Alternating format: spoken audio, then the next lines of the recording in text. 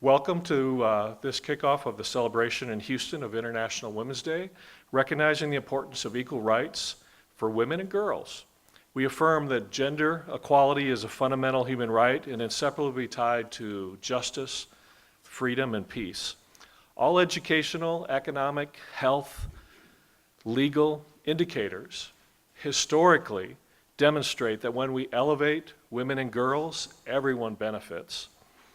With USA leadership in the UN and the creation of the UN Charter in 1945 that set in motion the UN system, the fundamentals of equity for gender was ingrained in the Charter and throughout the activities of the UN, and including when the UN joined other entities around the world, establishing in 1975, this day that we've been celebrating since then.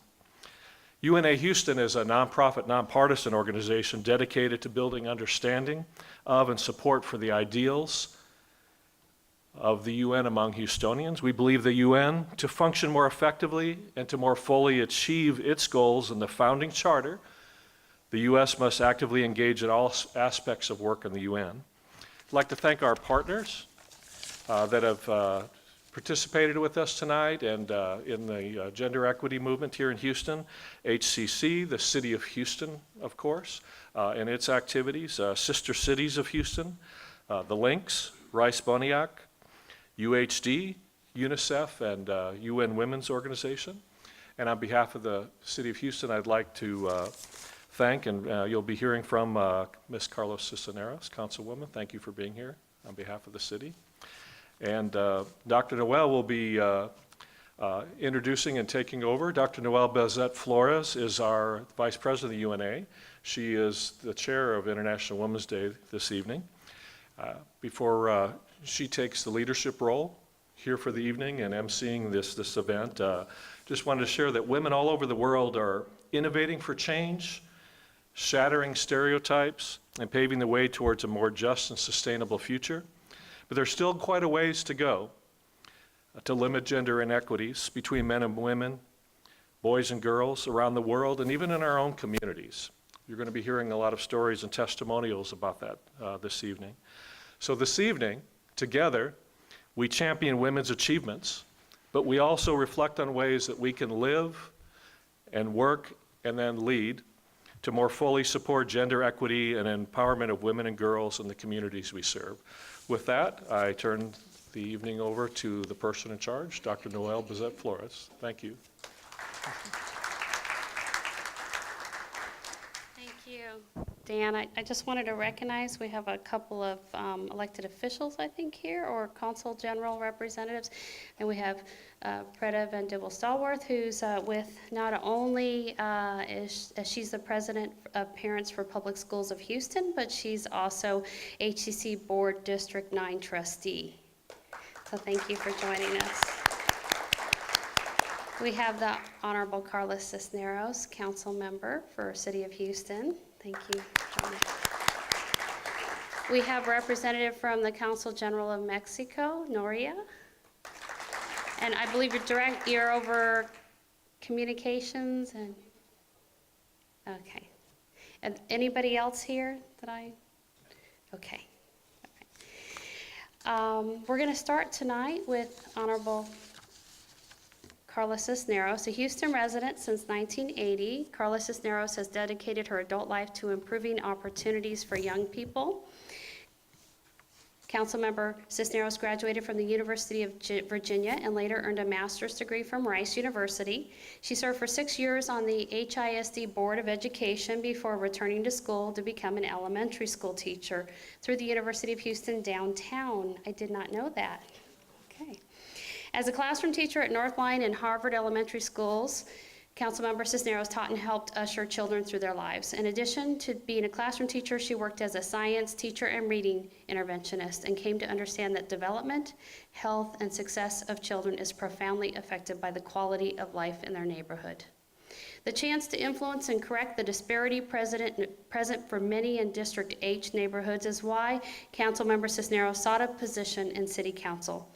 She was elected to Houston City Council in 2015 to represent and serve the people of District 8. welcome her to the podium, please.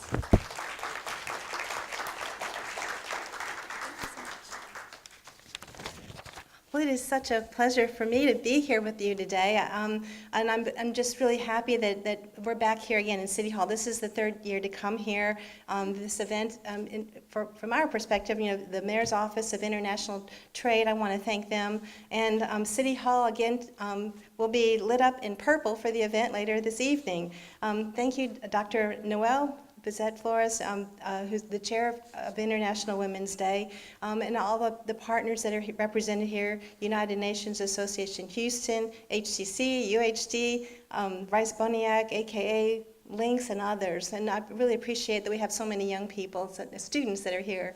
Thank you to all. I love the theme, Think Equal, Build Smart, Innovate for Change. Those are great, great words to live by. Across our world, there are gender biases that affect how people view each other and treat each other. I was reading this week an article that was on a study about using humor in the workplace. Did anyone see that? They were saying that in the study that it showed that if a man used humor in the workplace, he was perceived as being a more effective employee. But if the exact same story, if the Sam in the story wasn't a man, if it was a woman, it was perceived that she was less effective. And I thought that's just so not fair, and it plays into preconceptions we have about women. So if they're being funny, they're not as serious, and if they're not so serious, then maybe they're not going to be as good of an employee. And it was interesting to how they tweaked it different ways, but that just kept coming up. Anyway, that happens. That's here in the United States, but around the world, there's all kinds of cultural biases, and what we must do is to make sure, because these things affect the success of women, that social preconceptions are extremely hard to change.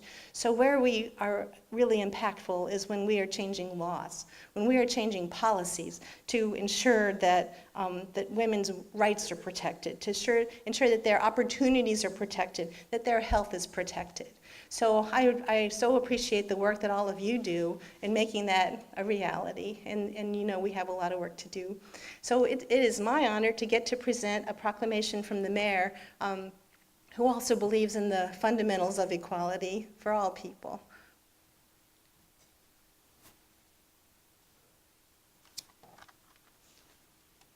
So thank you. Does anyone else want to come join us for this?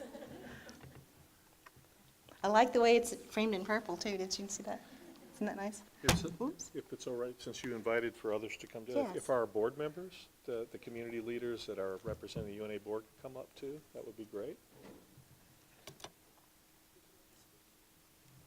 Speakers. And I know we'll have time for a lot of pictures later too as well. But, yeah.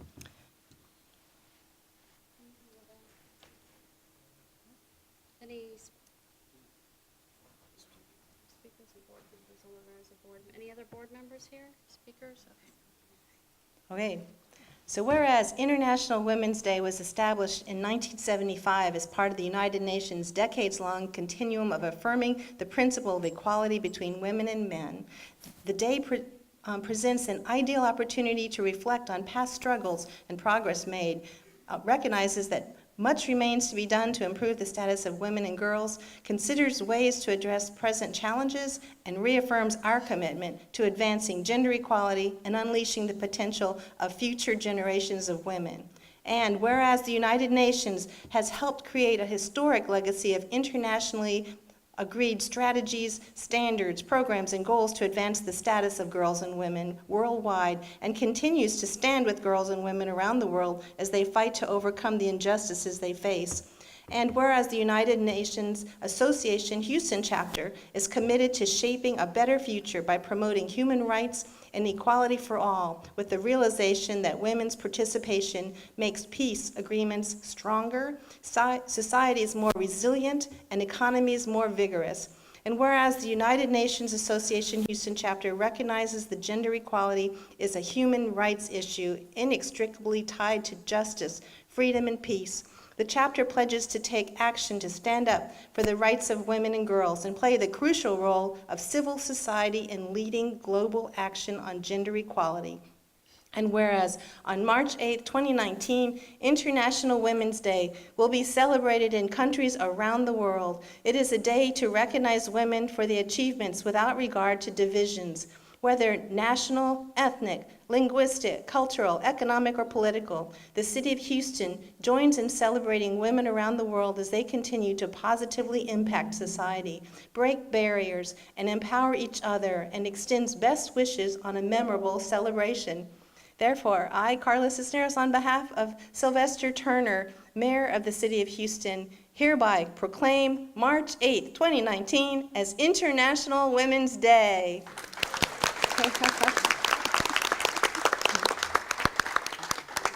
Isn't this to you? Thank you.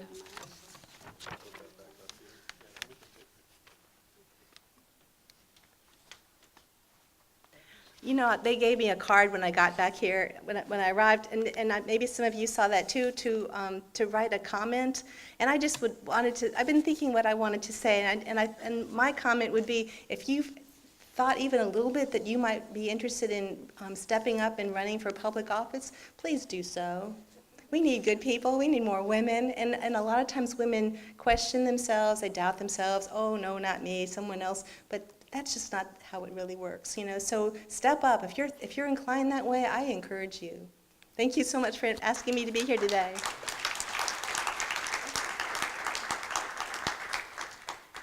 I want to add too, you didn't share, but her daughter served in the Peace Corps for many years. So it's very fitting. Yeah, thank you for her service. And moving through the program, I'm going to introduce the next speaker, Dr. Zahra Jamal. Dr. Jamal is an award-winning Harvard and MIT professor who is currently Associate Director at Rice University's Boniek Institute for Religious Tolerance. For nearly 2 decades, she has researched, taught, and consulted on issues at the intersection of gender, race, and religion for organizations in North America, Europe, the Middle East, South Asia, and Central Asia. Dr. Jamal has addressed the United Nations Commission on the Status of Women and consulted for the UN, State Department, Aspen Institute, Aga Khan Development Network, National Diversity Council, HEB, DHL, and others. She has published in academic and popular venues, including I Speak for Myself, a volume of autobiographical accounts of 40 American Muslim women leaders. This has been positively reviewed by Nobel Prize winner Dr. Muhammad Yunus, Her Majesty Queen Noor, Deepak Chopra, and others. Please welcome to the podium Dr. Zahra Jamal.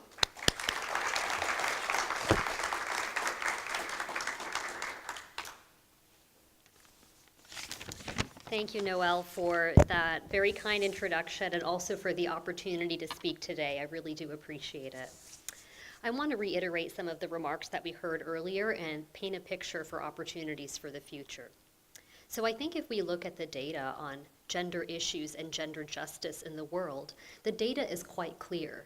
Empowering women with education, with opportunities for financial literacy and for work, that improves the economic stability, the physical and mental health, and the food security of women, of children, their families, communities, and countries.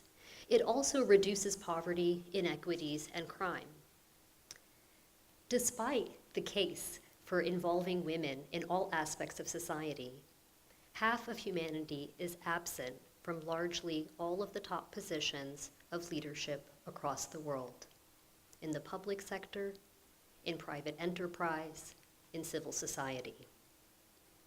This means, therefore, that we have an incomplete vision of the global challenges we face and opportunities to create solutions to address those challenges. It also means that we have a deficit in our global leadership opportunity to be able to make decisions and processes that are fully informed and that are fully transformative to effect positive social change.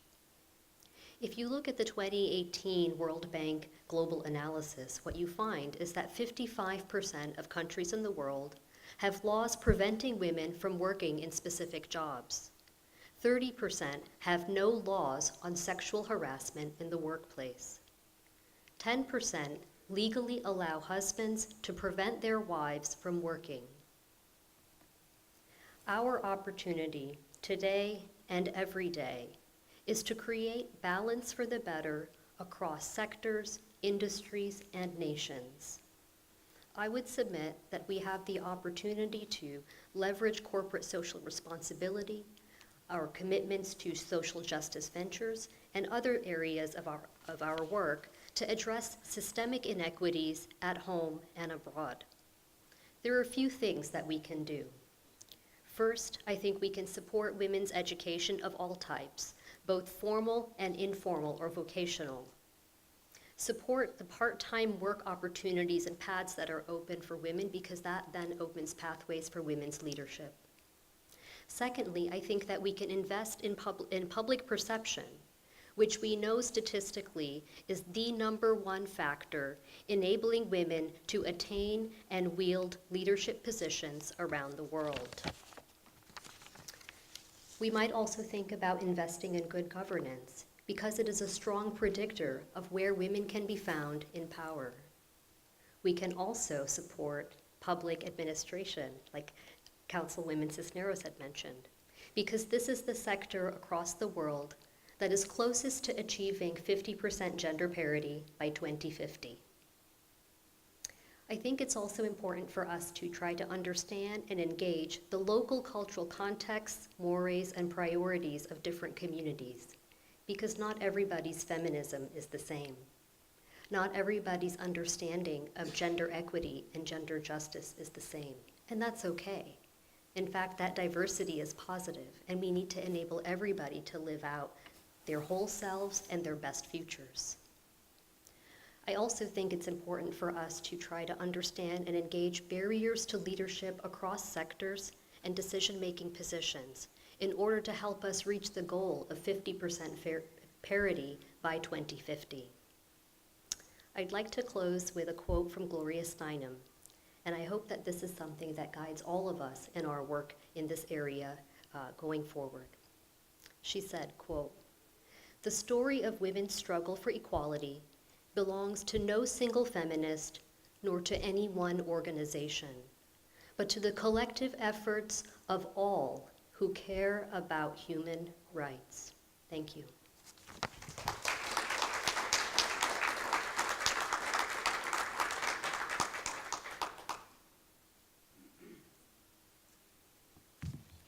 Absolutely. We're so honored to have had you both here.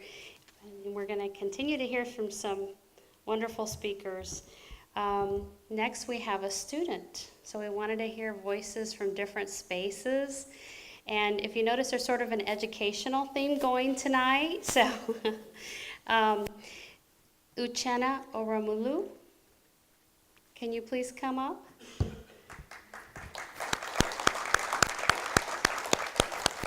And I'd like to have the students introduce a little bit about themselves before they speak. Okay. Thank you. Good afternoon, everyone, and thank you for the opportunity to be here today.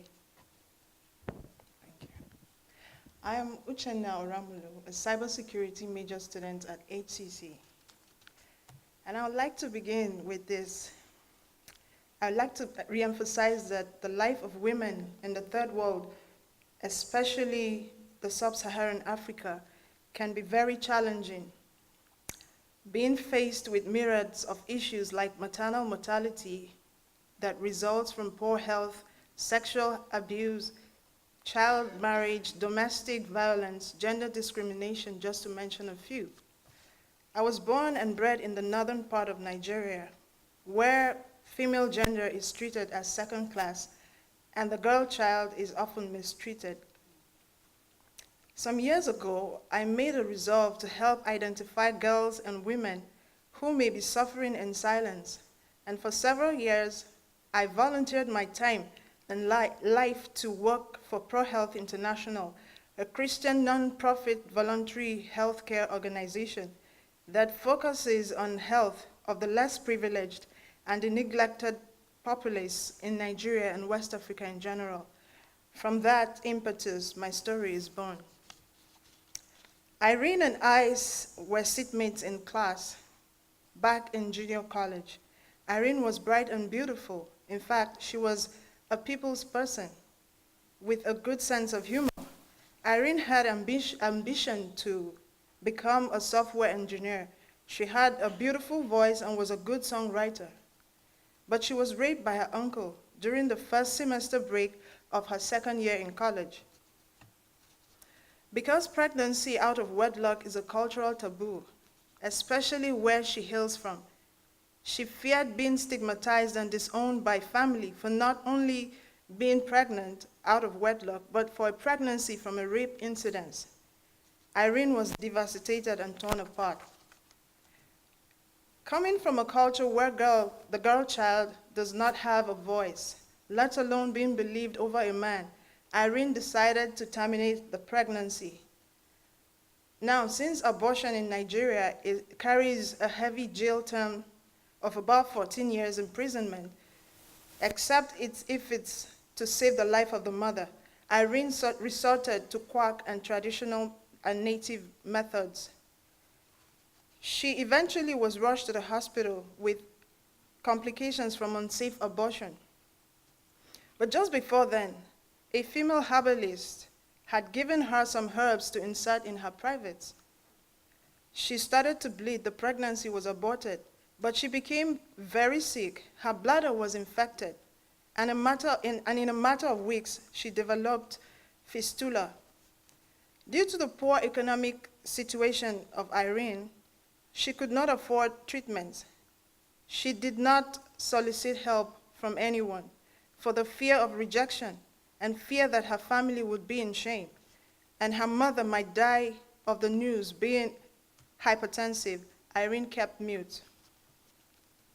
In summary, despite my effort to help my friend, at the time I learned of the suffering, it was too late. Irene passed away due to her condition. Irene passed, but the challenges remain. The cultural issues still play an unhealthy role in the lives of many today. Irene's demise was very painful. Her memory is still in my head. And what pains me the most is the voice suppression. Not deterred, women from these places continue to push through in their quest to attain gender balance.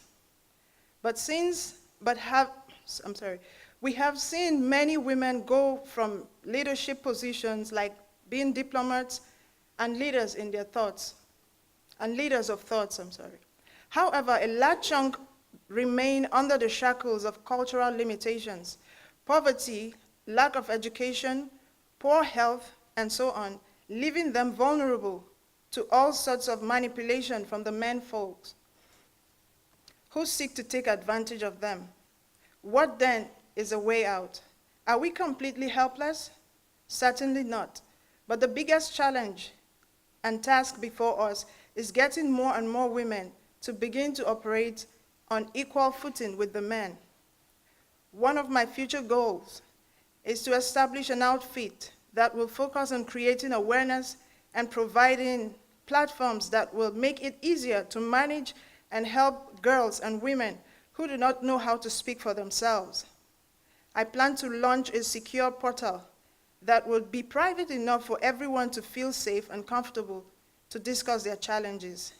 In the light of this, I therefore say that to think equal, build smart, and innovate for change will depend on education and more education. Thank you.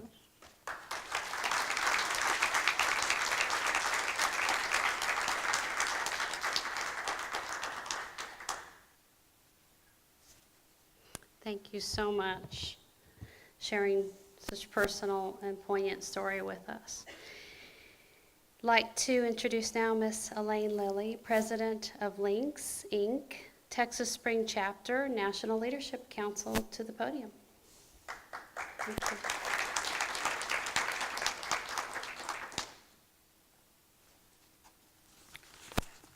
Good evening to everyone, and thank you so much for this opportunity again. Immediately after the presentation that we just had. It's very eye-opening and resonating with me as a link. The Links Incorporated is an organization of over 15,000 women in 288 chapters in the United States, the Commonwealth of the Bahamas, and in the United Kingdom.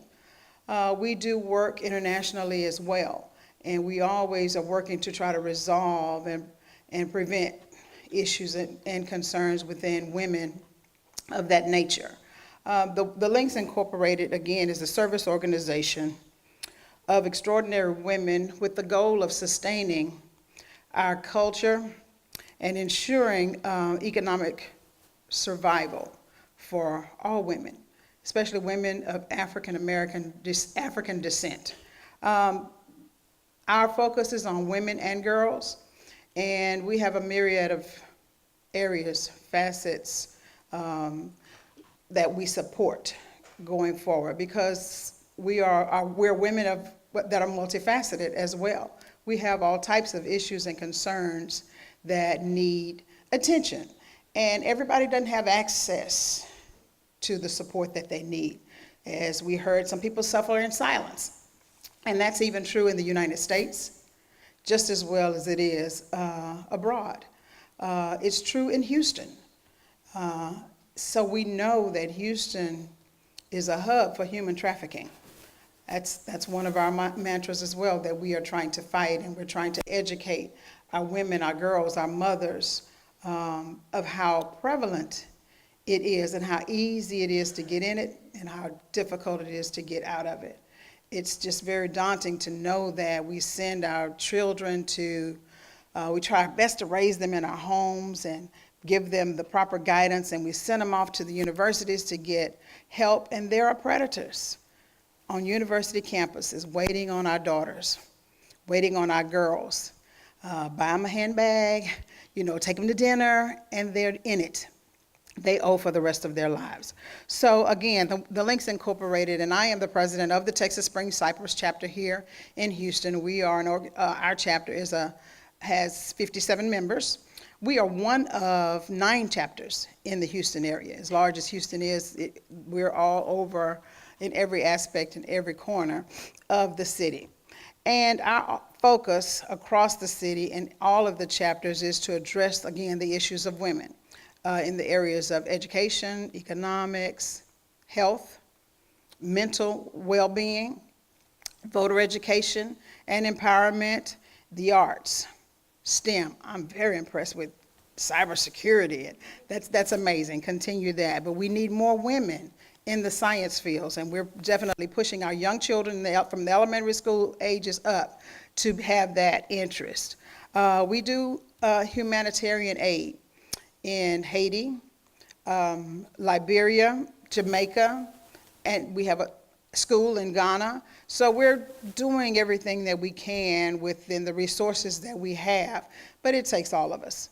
It takes everybody. You can't turn a blind eye, because everywhere we look, there is somebody who needs a pat on the back, some young girl, some woman, some family, some woman single mother who might be at her wit's end, but she needs to know there are resources. We're here to guide and to help those individuals as well. So we are glad to participate in the International Women's Day, especially here in Houston. As I've stated, the Links Incorporated works very hard to try to touch some woman, some girl, somewhere they can remember. The ladies who wear green, they come and visit with us, and they bring us books, and they are always encouraging us to go to that next step. That's the Links Incorporated, and we're glad to be a part of this great work.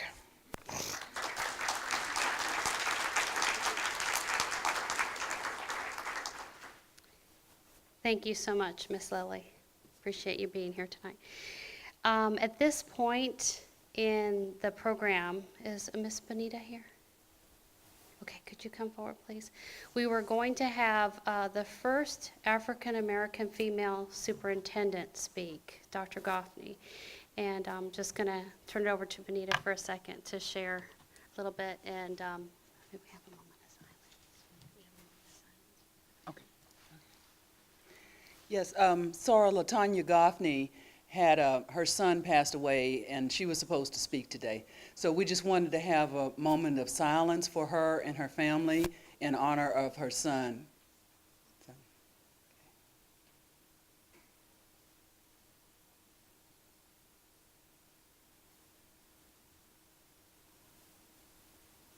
okay.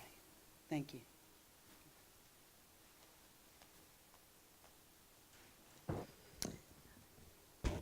Women are always struggling with our children from the moment they come into this world, and it would be terrible to outlive your own child. We have another speaker here tonight for us. It's not a woman, but he's representing HCC, talking about some exciting things happening. Dr. Mudassir Siddiqui. I'll tell you a little bit about him. Dr. Siddiqui joined HCCS in 2017 as president of Central College, the birthplace of HCCS, serving almost 17,500 students, including online.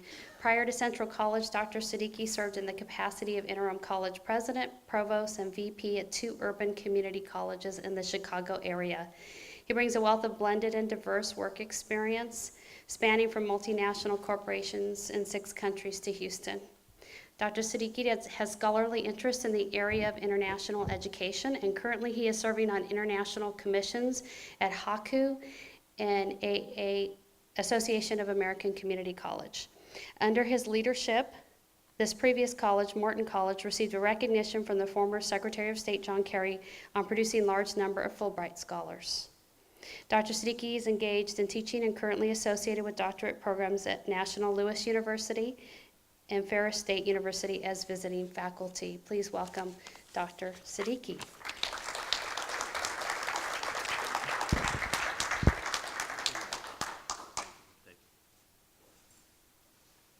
Thanks, Noel.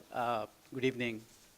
I'm so excited, and it's my privilege to be here before you to talk something about International Women's Day. And this day we celebrate women's achievement, raise awareness, highlight gender parity gains, and more. So during my brief comments, because Noel asked me, don't go beyond 2 minutes, I would like to focus on 2 areas. The first is the role of community colleges in general and Houston Community College in private in the advancement of women and female. And the second topic I want to talk about is international students and diversity through international students in Houston, specifically Houston Community College. Women and girls make extraordinary contribution every day across all fields of human endeavor, whether it's business, education, fine arts, performing arts, engineering, computer science. In this scenario, community colleges offers. There are 1,102 community colleges in the United States in total, urban, suburban, and rural community colleges. And these community colleges serve 12 million students, part-time and full-time. Majority of them are underserved, historically disadvantaged, first generation, poor, minority students. So you can understand the context of community colleges as a concept in social movements, including equity and gender parity. And that's why I want to talk about community college. The second thing I want to talk about is, as I mentioned before, diversity enhancement through international students. So out of 12 million students being served by community colleges nationwide, almost 56% are female, which is a big number. So majority of the students in community colleges are female. And according to some research, that's the only resort or option for many female and women to pursue their higher education. If there is no community college, there is no way. Because community college offers flexible schedules, a lot of non-academic supports. They are flexible, and they offer a lot of non-academic supports such as childcare centers, scholarships to fund education.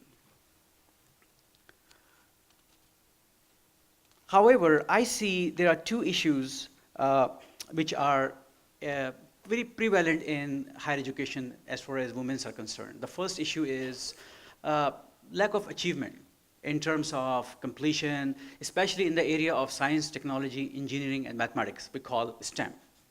As you know that, in spite of the fact there are 56% female students in community colleges, they are still behind in STEM education. So one of the goals of Houston Community College is to promote STEM education among females. And we are using different strategies, we are pursuing different projects to enhance their participation. You know that from National Federal Bureau of Statistics, the STEM workers with some college education makes 26% higher than same students with same education in non-STEM areas. So you can see there's inherent gap in preparation and economic well-being of female if their participation in STEM is lower than male counterpart. Now, come to Houston Community College. Houston Community College has 54% female students. We have a goal to recruit more, as I mentioned before, in the STEM field, which is also part of our commitment under the Perkins Act, which calls for increasing gender equity in science, technology, engineering, mathematics, or in other words, career and technical education. We host a variety of workshops and activities on issues affecting women, such as dating violence, mental health awareness, domestic violence, homelessness, food insecurity. We initiated a conversation about homelessness and food insecurity at Houston Community College, and I'm very proud to say that the people who are here, who are at the forefront of this conversation, the Dean of Student Services, Dr. Stacy Welcome is here, my team of advisors, Dr. Bazat, and we are working as a team to help our students as much as possible to decrease the level of homelessness and food insecurity. So we have food pantry. We distribute food on every Friday with the help support of Houston Food Bank. There's multiple initiatives. There's a long list, and my brief comment does not allow that. So let me limit to. In conclusion, I would say that about my conversation about women equity, in the words of Kofi Annan, former Secretary General of United Nations, when women thrive, all of the society benefits. And we at Houston Community College strongly believe on that. The second thing is, I'm very happy, very proud to say that Houston Community College serves largest number of international students as compared to any other two-year public college in the United States. We serve almost 6,000 students, representing 154 countries. In addition to that, out of 154 countries, the top 10 countries include Vietnam, Mexico, China, Nigeria, Venezuela, India, Pakistan, Angola, Saudi Arabia, and Nepal. So you can see the diversity of Houston is reflected, diversity at Houston Community College in international students. And out of these 10 top countries, from 6 countries, the majority of students are female. So you can see a connection between female international students and internationalization efforts at Houston Community College. In the past year, we have either hosted or supported multiple events to increase internationalization of our campus and gender equity. For example, we participated heavily in Diversity Month Houston. We celebrated United Nations International Women's Day. Several people from Houston Community College, several staff members, they participated, they put their efforts. And we celebrated International Education Week. On my personal account, as Dr. Bazat mentioned, I serve on Hispanic Association of Colleges and Universities, which is one of the largest association of colleges and universities which are designated Hispanic serving institution. on the commission. I'm also serving on the commission of American Association of Community Colleges, which is the largest organization of community colleges in the United States. And the objective is to align our curriculum, our student support services at Houston Community College with best national practices. Finally, I would say education is the common denominator in solving worldwide disparities, especially gender inequity, and uniting people of all culture, races, and background. Our local actions create global ramifications. In working toward the common good, we must join forces. We must learn from different perspectives and build upon each other's strengths. And this is the conclusion of my comments. Thank you.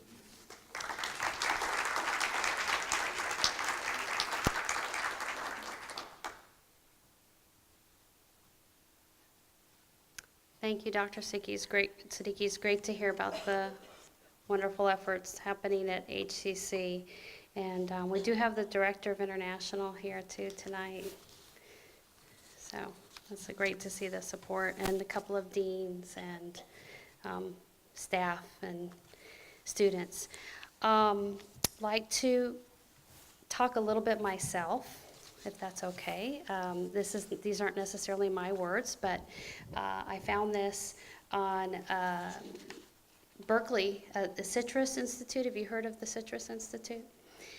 Citrus and Benetau Institute. Camille Crittenden, Deputy Director, she published this on March 7th. And I'd like to read a little excerpt to you.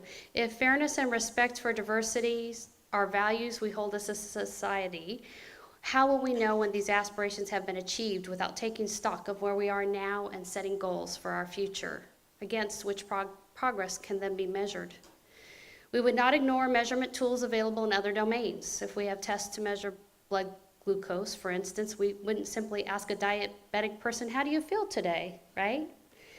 We do a finger prick and take a measure. If we have stopwatches, we wouldn't attend a track meet and say, yes, it seems like your runner ran very fast today. Human relationships and institutions are complicated and subject to a variety of circumstances that contribute to their success or failure. Diversity is a multifaceted concept. It includes not just the question of gender, it's more nuanced than statistics suggest, but also educational attainment, socioeconomic status, sexual orientation, political allegiances, race, ethnicity, religious faith, and many other considerations, as our speakers have touched on today. Recognizing the value of this varied tapestry of experience and perspective does not preclude the need to document. We need to see where our organizations or social structures are falling short in one category among many. As the saying goes, we cannot change what we cannot measure. I was speaking to Dean Welcome earlier today about numbers and change. So this is for you, Dean Welcome. On International Women's Day, we offer a few metrics for consideration.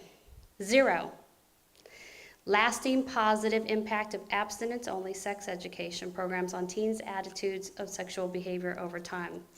1 day of leave taken by fathers comparatively for every month taken by new mothers. And you know how employers view that leave, right? Even with the Family and Medical Leave Act, which I'm so honored to tell you, my Aunt Shirley Rector was the original author of the Family Leave Act in the state of Washington, which was later picked up in the House by Foley and became, our version now was the beginning of that FMLA. But again, she couldn't take that leave, and she couldn't have a child because of cancer, and they never let them adopt, even though her husband could have been there to care for a newborn, because at the time, the adoption policy, they said you're unfit if you have to go back to work. So they were never able to have children.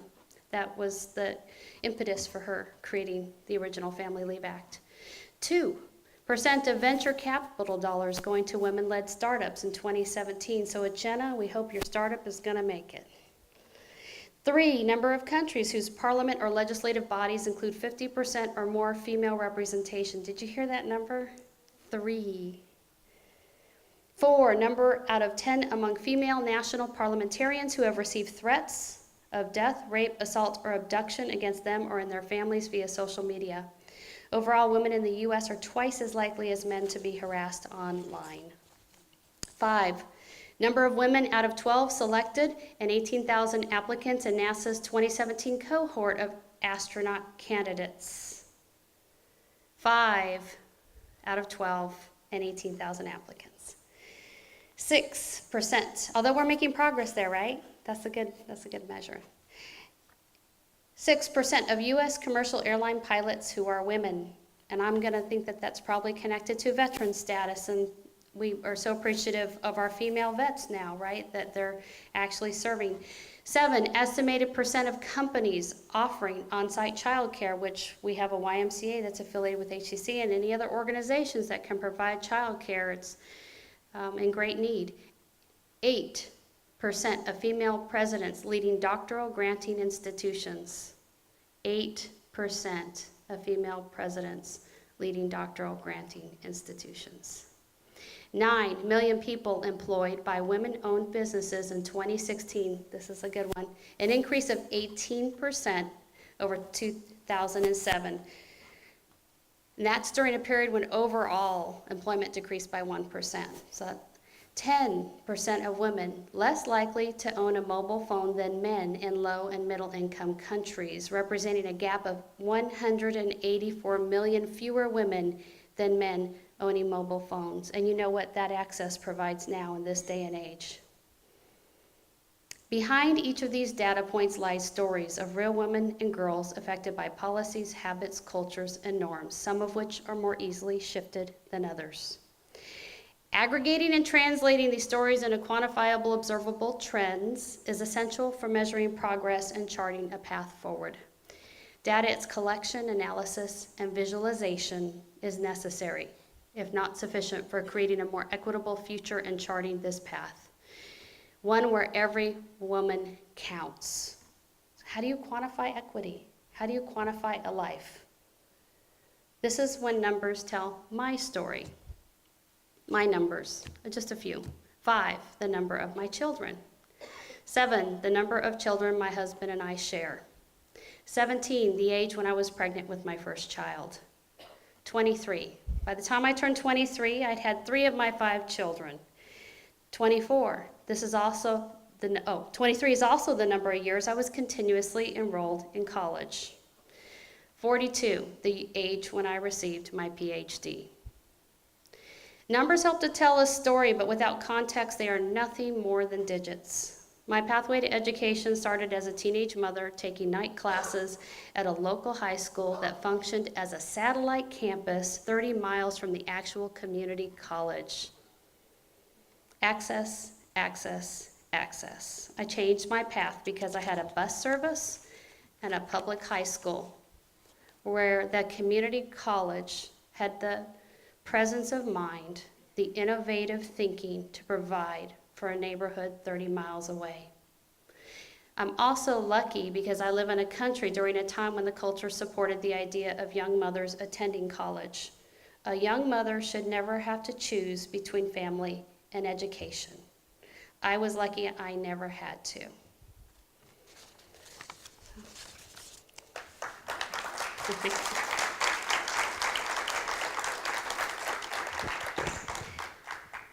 And I'd like to segue into a student.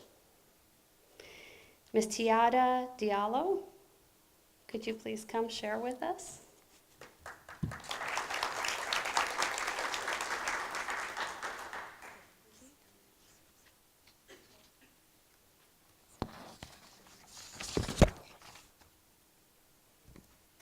Hello, everyone. My name is Tadia Diallo. I'm from Guinea. I have an MD back home, so I came here. I'm in the Honors College program at HEC, and I'm planning on transferring to a master's in public health.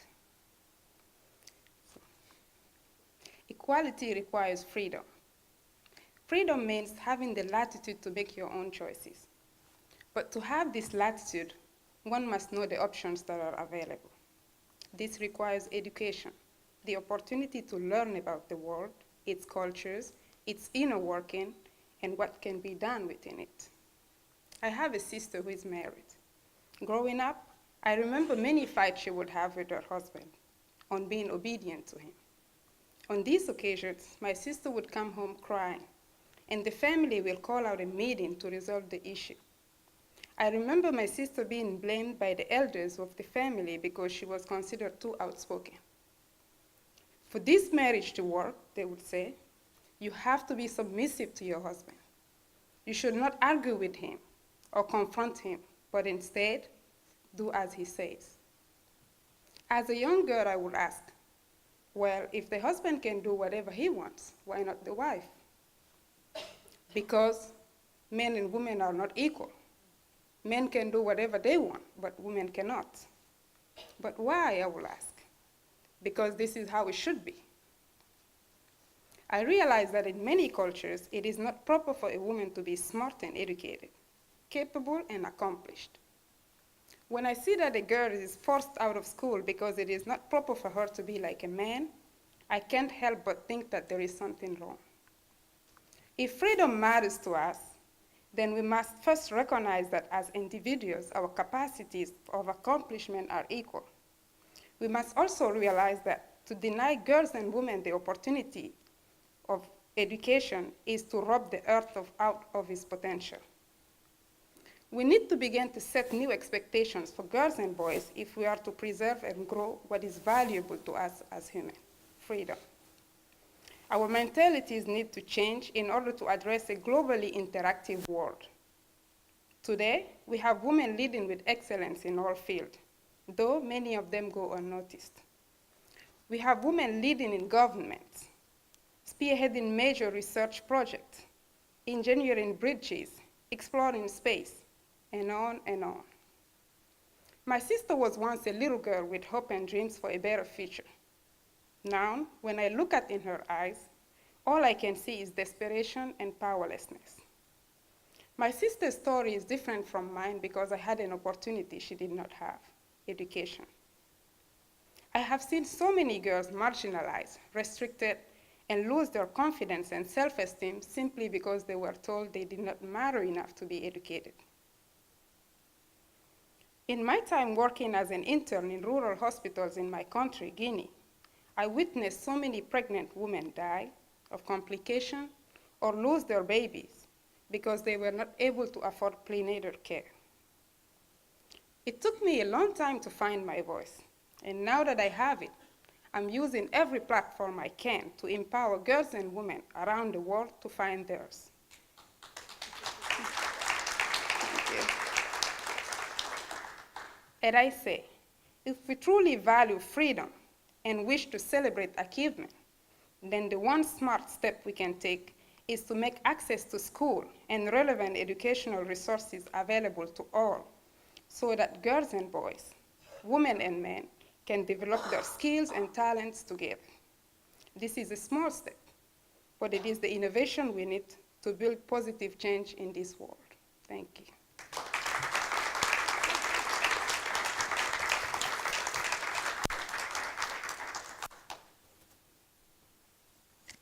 Some powerful messages tonight. It's a great way to honor the day and commemorate International Women's Day. We're getting pretty close to closing, but I wanted to do a little activity and break up the evening. I grabbed a couple of cards back there, and some of you have not put cards, so I kind of would like to have you treat this as if it's, and we have a full house now, there was like 80 chairs, so I know it doesn't look like 80 people are in here, but I think our chairs are pretty full.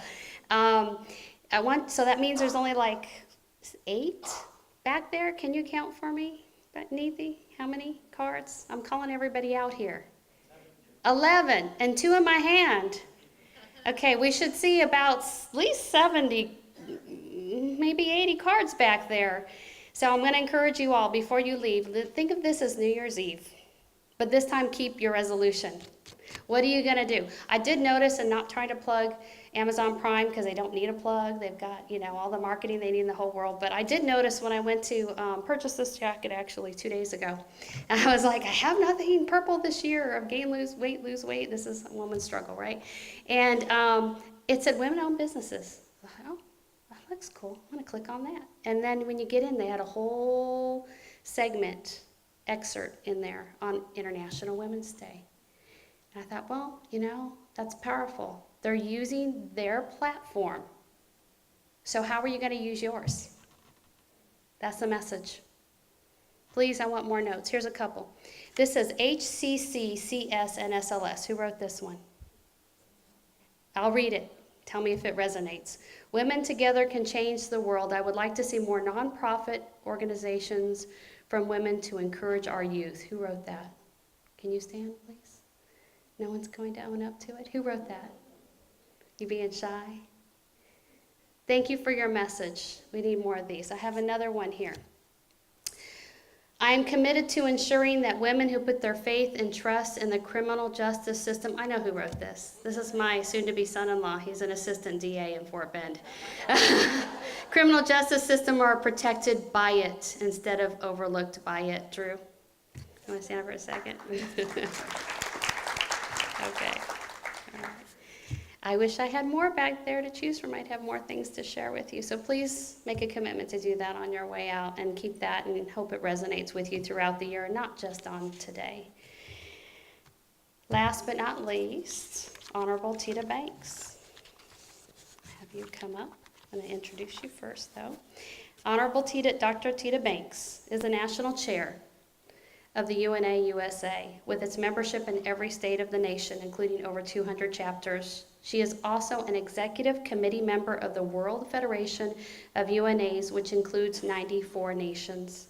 She is the first woman of African descent to serve in either position, as well as the first person from Texas to hold such positions. She is also the first African American woman to serve as Consul General for the Republic of Liberia. Honorable Dr. Tita Banks.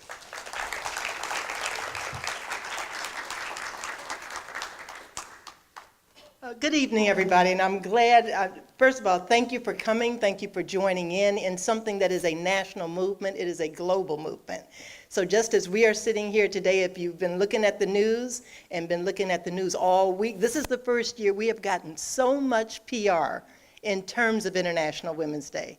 But it started about 2 years ago with the major global women's march. So if you remember that, that was the momentum that really stirred up and pulled people together across nations. The young people were doing it through Twitter and tweeting and Facebook and all of the social media, which has really impacted how we communicate, how we connect with each other, and how we move in terms of these moments.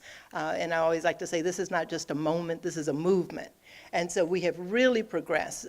We've heard a lot of information tonight, very interesting and very important information. But one of the things, this is also a celebration. Okay, so yes, we have these challenges ahead, but don't forget what we have done. Okay, this is the 100th year of the suffrage. Okay, so that's part of it. This is the 400th year of Africans being in this land. Okay, so we have these landmarks that are coming along. So we do have to look at those types of achievements.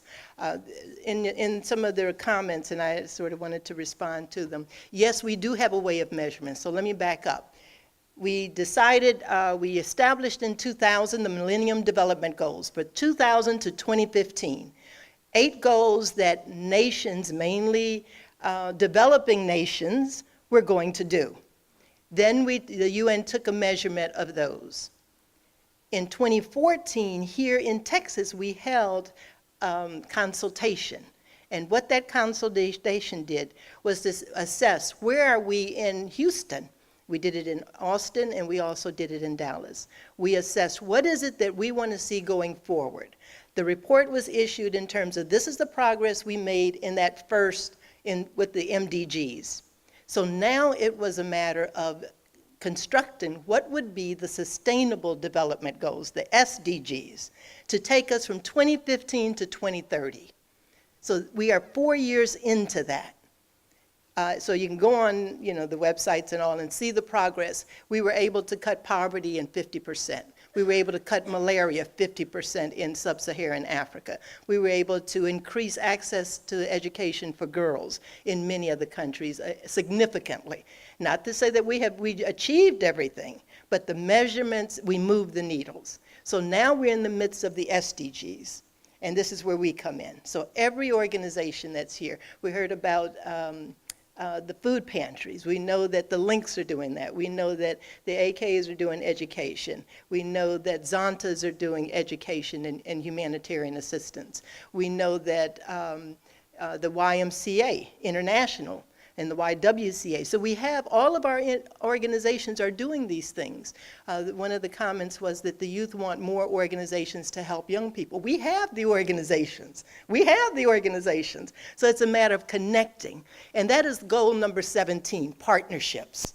So that's why we are here. We are already working and achieving in terms of establishing partnerships to achieve the goals. That is the number 7, there's 17 SDGs. That's number 17 because it includes all of the other goals in there. We already are working on poverty locally and globally. With our UNA Houston chapter, we say think globally and act locally. So when we look at those SDGs, and I have to back up for one point, the SDGs, the major difference is it included the U.S.'s role. The MDG said, all those people over there, that's what they need to do. The SDG says every country must do this, and they must look at themselves. So when we talk about access to water and the relationship between water and education and gender, in countries where there is not access to water, you have water girls. They take 12 hours to get to the well, to get the water, to bring back to the family. Therefore, they do not go to school. That affects their education. So people say, why are you dealing with water? Why should we be concerned? Because it's all interrelated. Okay? So right now, with the SDGs, we're now looking in terms of what are we doing in the U.S.? What are we doing at the port area in Houston? We have environmental injustice issues going on there. We need to address them. We know we have poverty. We know we have food deserts. So these types of things are right here for us to address. Flint, Michigan ended up going to the UN because of a water issue, right? Before, we were just thinking water issue was sub-Saharan. Okay, then it shows up in Flint. And the people in Flint said, can we go to the UN on this issue? And we said, definitely, that's what that's about. So that's where we are. So in terms of what's getting ready to happen, we are 4 years into the SDGs, and we are making progress on many fronts. A lot of work still yet to be done. Within the next year, we will start doing consultations again. Groups will be asked to come together and assess how have we done on human rights and on the rights as stated in the Universal Declaration of Human Rights. So there will be sessions throughout the nation. We will be doing one in Houston and Dallas and Austin. And this is what's called the Universal Periodic Review. And this is sent to the United Nations. So we're hoping that we're going to reach out to you and ask you, please come in, give us your feedback on that. Let's look at the metrics. Let's look at how do we assess certain things. Are we giving the correct data? Are we looking at the correct points in terms of putting that information together? Because every nation has to submit that to the UN. So I'm pleased to let you know that Texas is going to be one of those sites of pulling in the data. And then we will be working with our sister chapters throughout Texas to do that. And we do want all of our partnering organizations to be a part of that. Okay? So those were also the Beijing 25 celebration will be coming up. Okay, 25 years ago, next year, is when the Women's Conference in Beijing occurred.